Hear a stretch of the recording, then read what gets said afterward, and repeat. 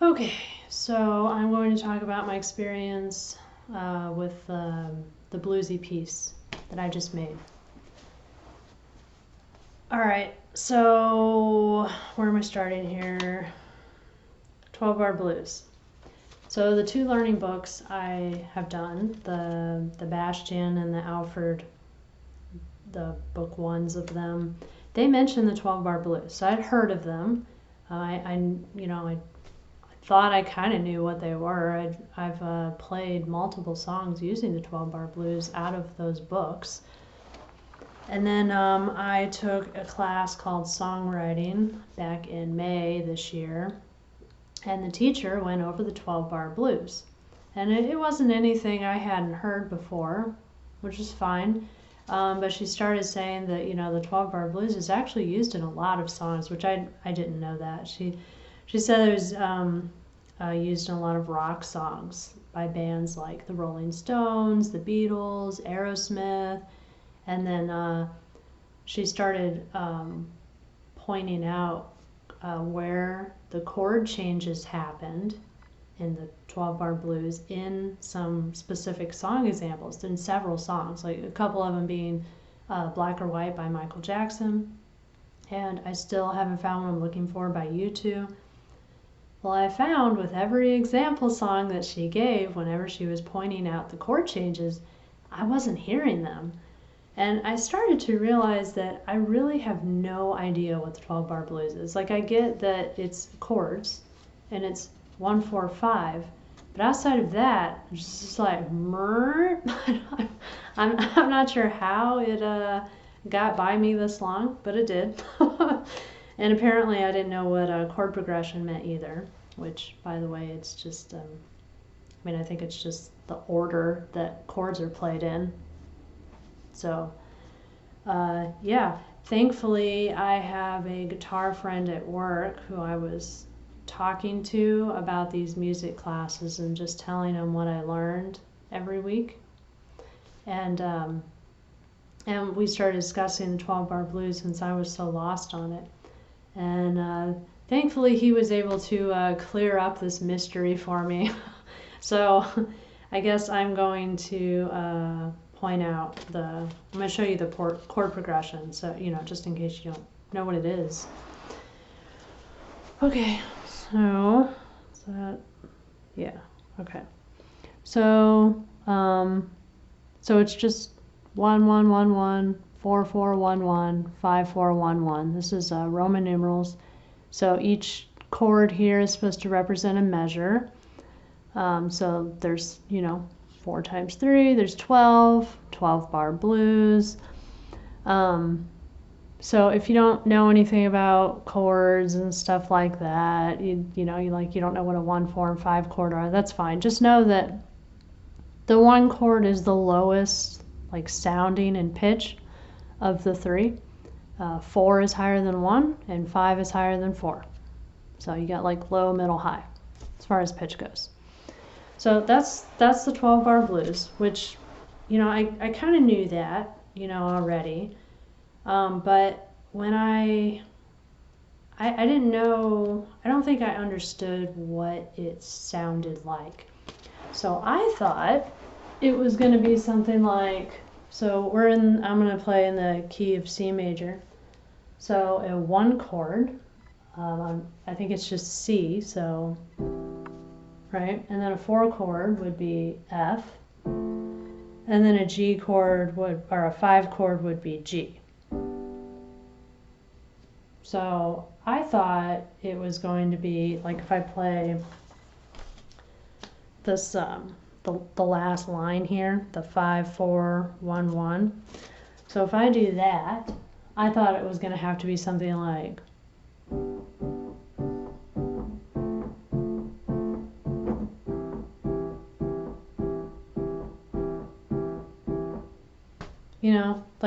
or you're playing the same thing over and over and over, or just holding it.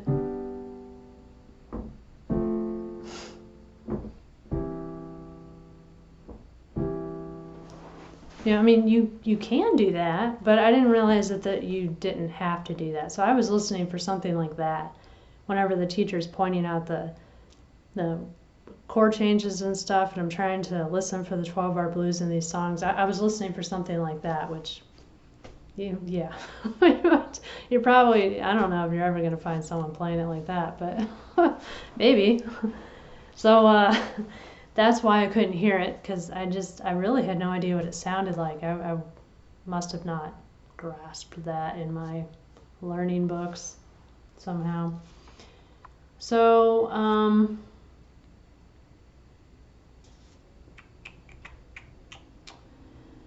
okay, yeah, so let me show you one way it can sound. So this is from Wikipedia. So I'll point out the chord changes, the chords as they play. So this is the one chord.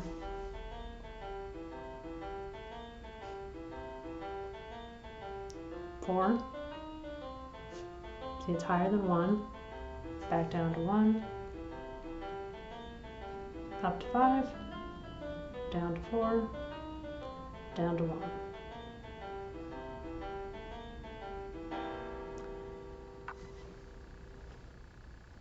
So you see they didn't play just like the same thing, right? They stayed in the area of the one chord and then moved to the area of the four chord and played in the area of the fifth chord. So I think as long as you're having that pattern, that sound pattern of the low repeated so many times, and then the higher, and then the even higher. I think as long as you're following that pattern, that sound pattern, I think that's what you're listening for, when you're trying to see if a song is playing the 12-bar blues. So when I was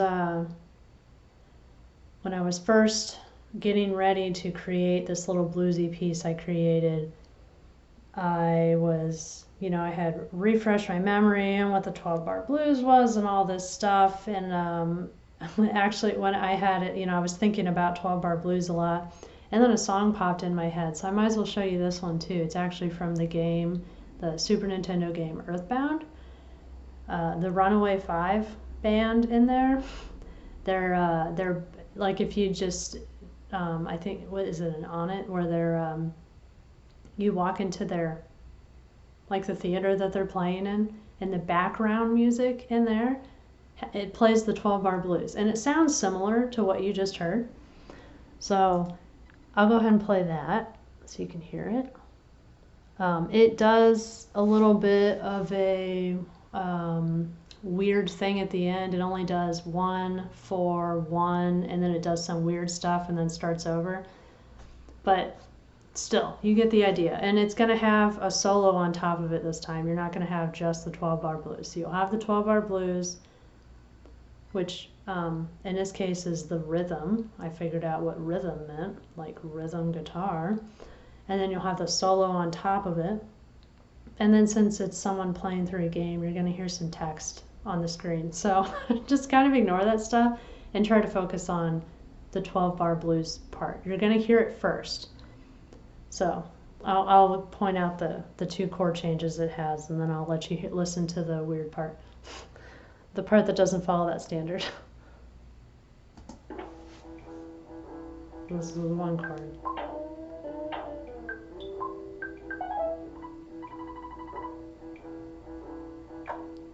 Four.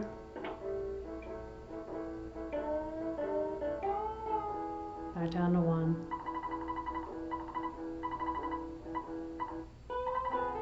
And then,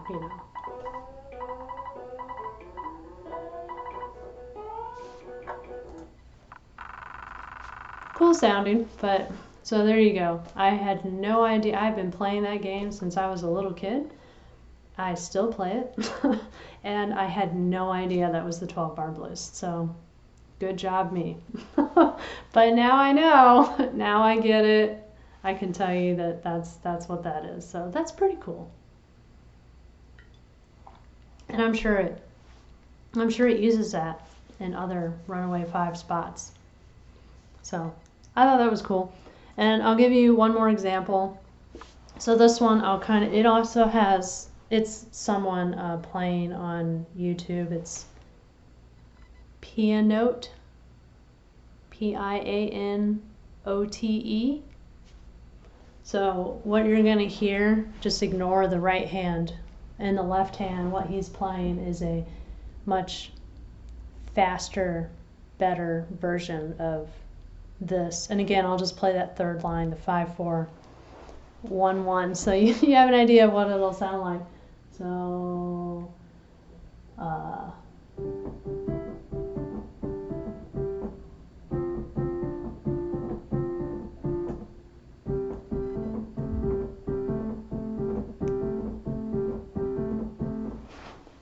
he'll swing the notes like that and everything. All right, so this is just 30 seconds. So he'll go through the whole standard chord progression that I showed you earlier. This thing here. He'll go through the whole thing. All right.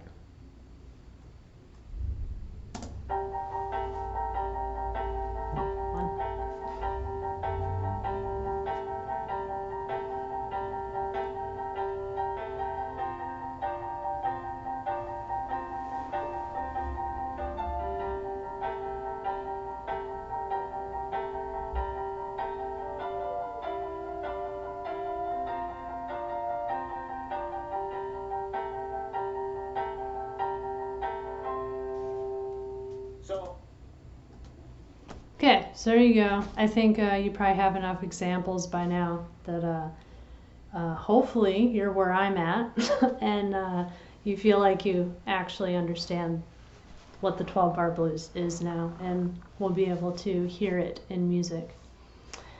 So, let's see, where am I at?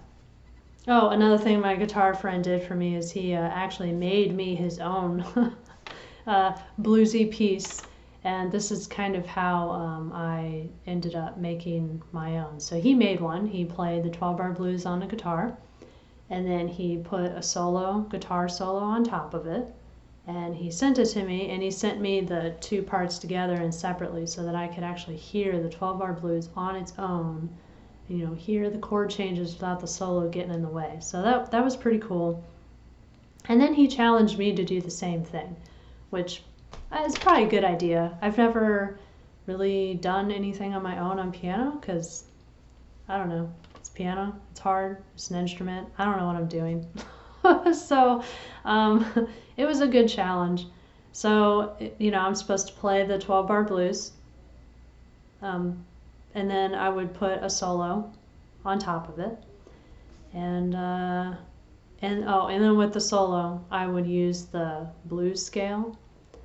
So, I mean, I don't know for sure what blues scale he was wanting me to use, but in Wikipedia they have some blues scales listed, and I just went with the top one, which is called hexatonic apparently. So that is just in the key of C, which is what I played the Bluesy Piece in. So it would be C, E flat, F, F sharp, G, B flat, and then you're back up to C. So I did that. I only stayed on those notes, that blues scale, for the solo part. So hopefully you've heard it. Hopefully you liked it. I felt like I had no idea what I was doing the whole time, but it was kind of fun, you know. For the left hand, the rhythm, the 12-bar blues, I didn't want to do I don't know. I kind of wanted to make it interesting, you know, like the Runaway Five did or something, instead of the Pianote or whatever guy did. Not that his wasn't interesting, but I liked the Runaway Five one more. It like did more notes. So I was like, yeah, I want to make something interesting like that. And then yeah, you heard what I came up with. When I came up with it, I was like, well, that's weird. I mean, I guess it's interesting, but it's just kind of weird. I don't know. I wasn't sure what to think of it. I was just like, I don't know. And I had two things picked out. I had it where I would play the notes. If I can even remember what I did, I think it was like, I don't remember what I did. But anyway, I would play the notes like, you know, separately. And then there was a version I had where I would like, when I play a note, I would just keep it held down. You know, so it's kind of the same effect as if you were using a pedal. And then I would, when I got back to the repeat, I would lift up and do it again. So it was like a pedal for each little section. So I don't know, for some reason I decided to keep the pedal effect version. And then I was like, I don't know, this might be too interesting to solo over. I've never soloed anything, so. But I was like, all right, well, you know, I'll give it a shot.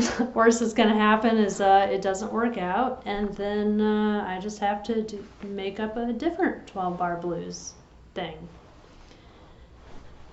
So as you can see, it ended up working out. I didn't change it.